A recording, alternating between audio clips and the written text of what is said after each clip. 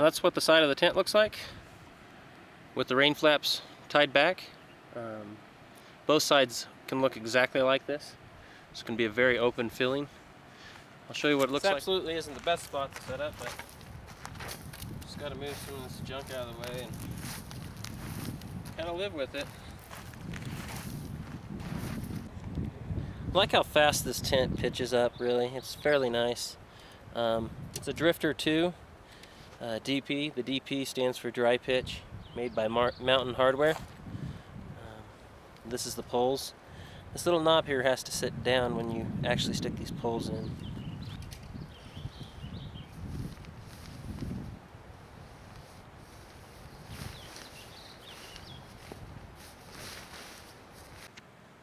The next thing you got to do is see this little pocket right here. You just take this round ball end, insert it in that pocket, and move around to the rest of the three. Do the same thing.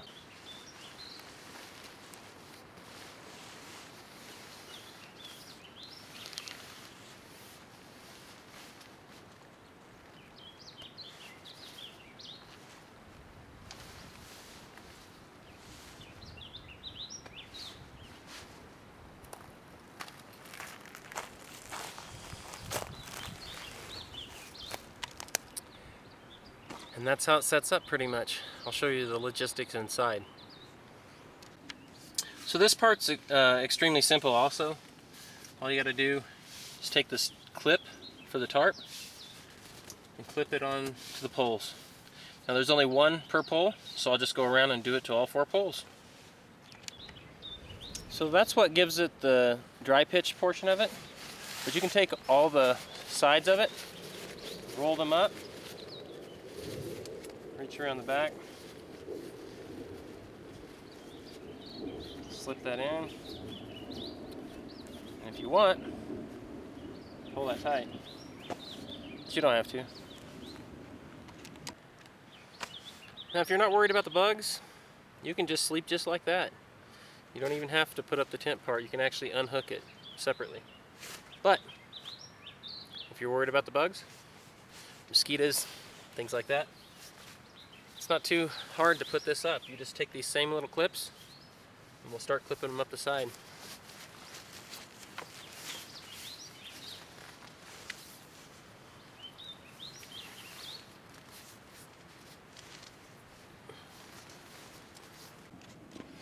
So there's 3 of those clips going up every pole, and the top part, the reason why I told you to leave this part hanging downwards, is because this top of this tent slips onto it.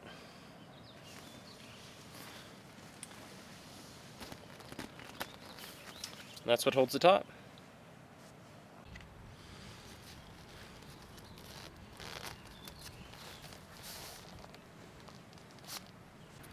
Now that's what the side of the tent looks like with the rain flaps tied back.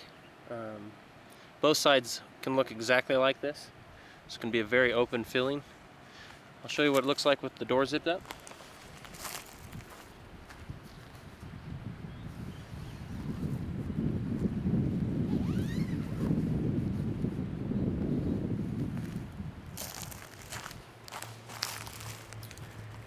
And it even came with a footprint. So the next thing I do is just set the tent exactly how I want it. I don't have it staked down at this point. It's all a separate entity, so I just kind of move it however I'd want it to be. If I want to scoot it over because there's some rocks somewhere, pretty much have it where I want to right now, so I'm going to stake it down. Another feature I really like about this is, like, this is the rainfly stakeout, and it's adjustable. You can see how much extra tag end I have here. You can obviously see the bend in it where it normally is set at. Well, I was able to tighten that up, and even if I wanted to tighten up the fly some more, I could just pull on it some more. This rock was in the way. I couldn't stake it right here where I normally would have, so I just pulled it back a little bit, staked it in. These are not the stakes that come with it. These are, what do you call it, the Coghlan brand aluminum triangle shaped ones. I kind of prefer those over the ones that came with. I think it was just some aluminum shepherd hook style ones they had. I'll show you what the tag looks like for staking the actual tent itself. The tent takes about 6 stakes. That includes doing the rain fly. So this is the actual corner of the tent. It's just got these loops of cordage, and it looks like you could probably replace that fairly easy if something went wrong with it. This is a tensioner, so you can tighten up the rain fly if you need be, but I have it where I want it, so it looks good. Stakes out fairly easy. Well, that's what it looks like all set up. This is a 2-man tent, so this side is the vestibule for one person, and that side is the vestibule for another. It's just roomy enough for 2 pads to fit in there, and no more. Oh, one more thing I forgot to tell you, is it does come with a loft up here. You can take that out if you want. It sometimes will come off. It has a little tab at the top if you want to hang something off there, like a light or whatever. It's pretty handy to have. I like it.